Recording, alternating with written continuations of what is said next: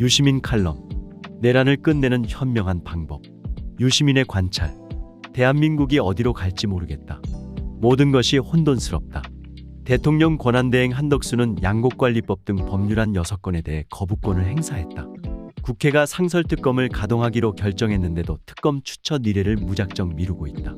국회가 의결한 내란 특검법과 김건희 특검법은 거부권을 발동하지도 공포하지도 않은 채 뭉갠다. 국회가 추천할 예정인 헌법재판관 3사람을 지체하지 않고 임명할지 여부 또한 알 수 없다. 윤석열은 한남동 관저에서 무슨 일을 꾸미고 있는가? 그는 검찰과 공수처의 출석 요구서 접수를 거부했다. 헌법재판소의 탄핵심판 관련 자료 제출 요구도 무시했다. 검찰은 내란죄 수사권이 없는데도 김용현과 사령관들을 잡아들였다.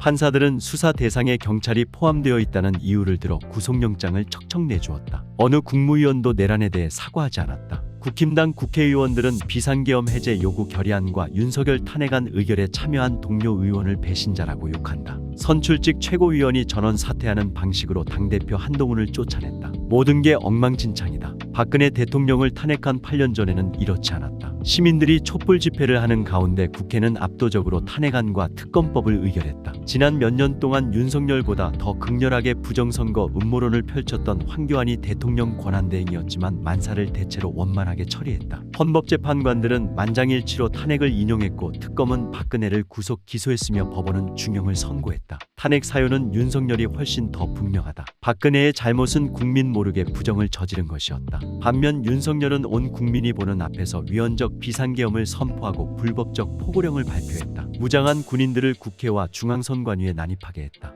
친위 쿠데타가 실패로 끝난 뒤에도 야당을 비난하고 내란을 부정했다. 그런데도 특검이 언제 출범할지 알 수 없다. 헌법재판소가 구인 체제로 탄핵안을 정상 심사할 수 있을지도 불확실하다. 압도적 다수 국민이 탄핵과 처벌을 원하는데도 윤석열 탄핵으로 가는 길은 울퉁불퉁하기 짝이 없다. 왜? 이유는 딱 하나다. 대한민국의 모든 권력기관의 내란의 공범과 검찰 독재의 협력자들이 따리를 틀고 있기 때문이다. 이것이 8년 전과 근본적으로 다른 점이다. 내란 공범이 구속된 조직은 군과 경찰뿐이다. 국방부 장관, 육군 참모총장, 특전사령관, 수방사령관, 방첩사령관, 정보사령관 등 윤석열과 반란을 사전 모의에 병력을 동원한 혐의가 있는 군 관계자들은 검찰이 구속했다. 경찰청장과 서울경찰청장 등은 공수처와 경찰청 국가수사본부가 구속했다. 군과 경찰은 국가의 물리적 강제력을 보유한 조직이다. 쿠데타를 하려면 군과 경찰을 동원해야 한다.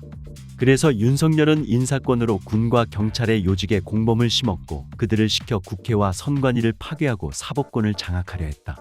아직 적발되지 않은 내란 잔당인 안동을 벌일 위험은 있지만 윤석열이 당장 제2의 내란을 일으킬 가능성은 없다.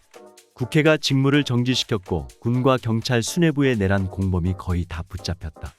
그러나 윤석열 탄핵을 완성하고 내란을 완전히 종식하기까지는 험난한 여정이 남아있다. 다른 권력기관의 검찰 독재 협력자와 내란 공범들이 자기네가 저지른 악행과 범죄를 감추려고 탄핵의 완결을 저지하고 있다.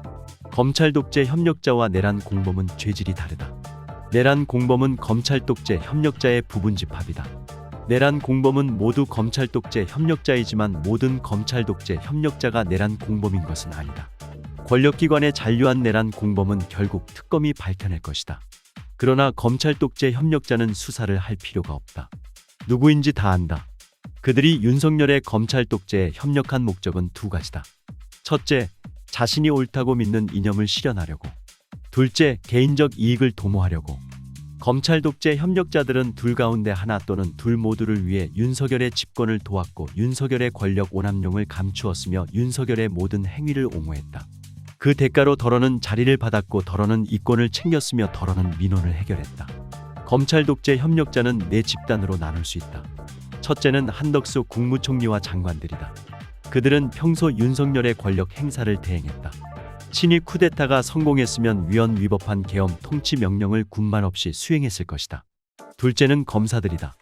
극소수 정치검사와 다수의 선량한 검사를 나눌 근거는 없다.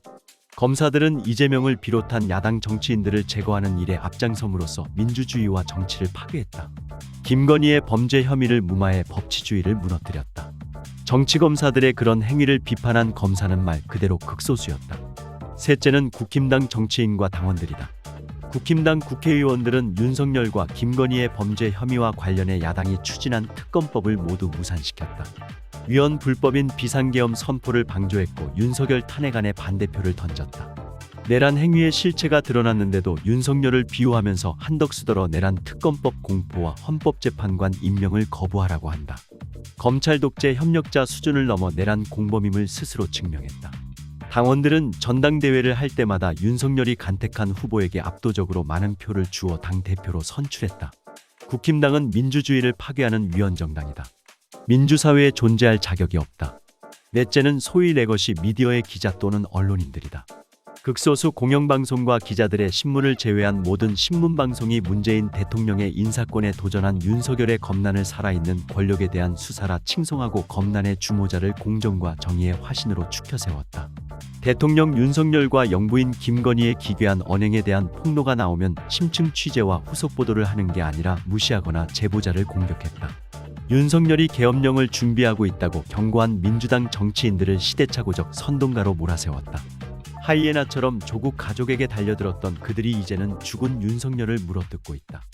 윤석열이 그 정도인 줄 몰랐다는 변명은 이제 와서 하는 거짓말에 지나지 않는다.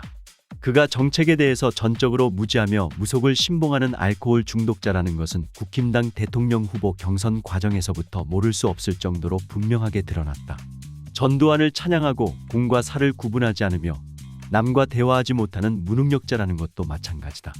그들은 윤석열이 검찰 권력을 동원해 정적을 제거하려고 한 행위에 동조하면서 사법 리스크라는 말로 검찰 독재의 사법 피해자인 이재명을 비방했다.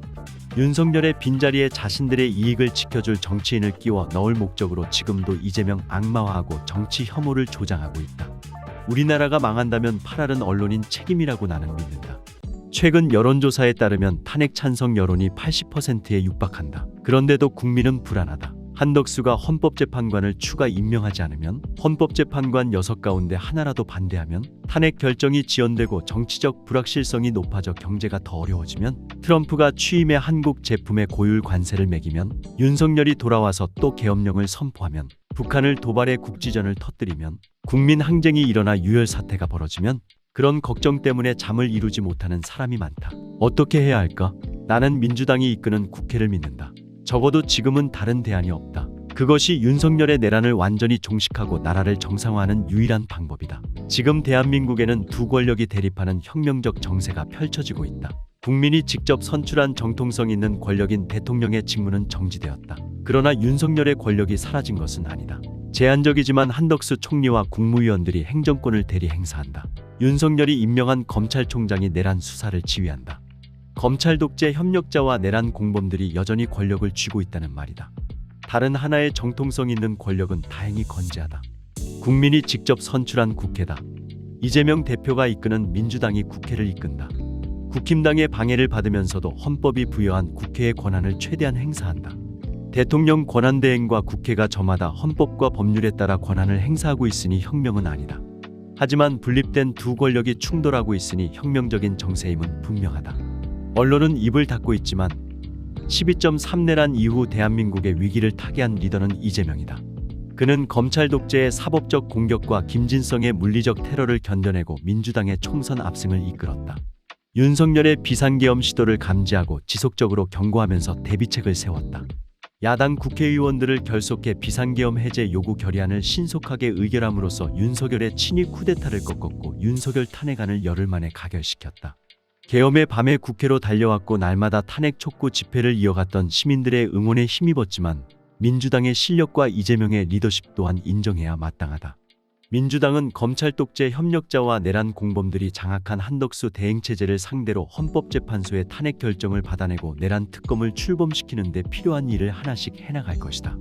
오늘의 시점에서 보면 확고한 헌법적 정통성을 지닌 권력기관은 국회 하나뿐이다. 그 국회를 압도적 과반 의석을 보유한 민주당이 조국혁신당을 비롯한 야당들과 연대해서 운영한다. 민주당 대표 이재명은 확고한 리더십으로 국회를 운영하고 있다. 국민들이 무엇을 불안하게 여기는지 알고 그것을 해소할 전략과 전술을 찾으려고 아이디어를 모은다. 가장 큰 책임을 맡은 정치인으로서 누구보다 치열하게 상황을 진단하고 해법을 모색한다. 나는 불안감이 들면 민주당이 주도하는 야당연합이 내리는 결정을 살핀다. 어느 것이 옳은지 판단하기 어렵지만 공동체의 현재와 미래를 위해 어떤 결정이든 내려야만 할 때, 그럴 때 나는 유능하다고 믿을 수 있는 정당과 리더의 판단을 따른다. 지금이 바로 그런 때다. 이 순간 믿을 수 있는 정당은 어디이며 리더는 누구인가? 민주당과 이재명이다. 민주당과 연대하는 정당들이다. 그들이 실패하면 대한민국은 몰락의 운명을 피할 수 없다. 민주당이 한덕수에게 24일까지 내란 특검법과 김건희 특검법을 공포하라고 요구했다. 거부할 경우 어떻게 할지는 모른다. 국무총리를 탄핵하든 다른 조처를 하든 나는 민주당이 하는 결정을 전적으로 지지하려고 한다. 획득한 모든 정보를 토대로 선택할 수 있는 대안을 모두 검토한 끝에 내린 최선의 결론이라고 받아들이겠다는 뜻이다. 멀리서 공개된 정보만으로 판단하는 비평가보다는 이재명과 민주당 지도부가 더 나은 결정을 하지 않겠는가. 이것이 내가 찾은 윤석열의 내란을 끝내는 현명한 방법이다. 더 현명한 방법을 아는 분이 혹시 있다면 시민언론 민들레에 기고해 주시기 바란다.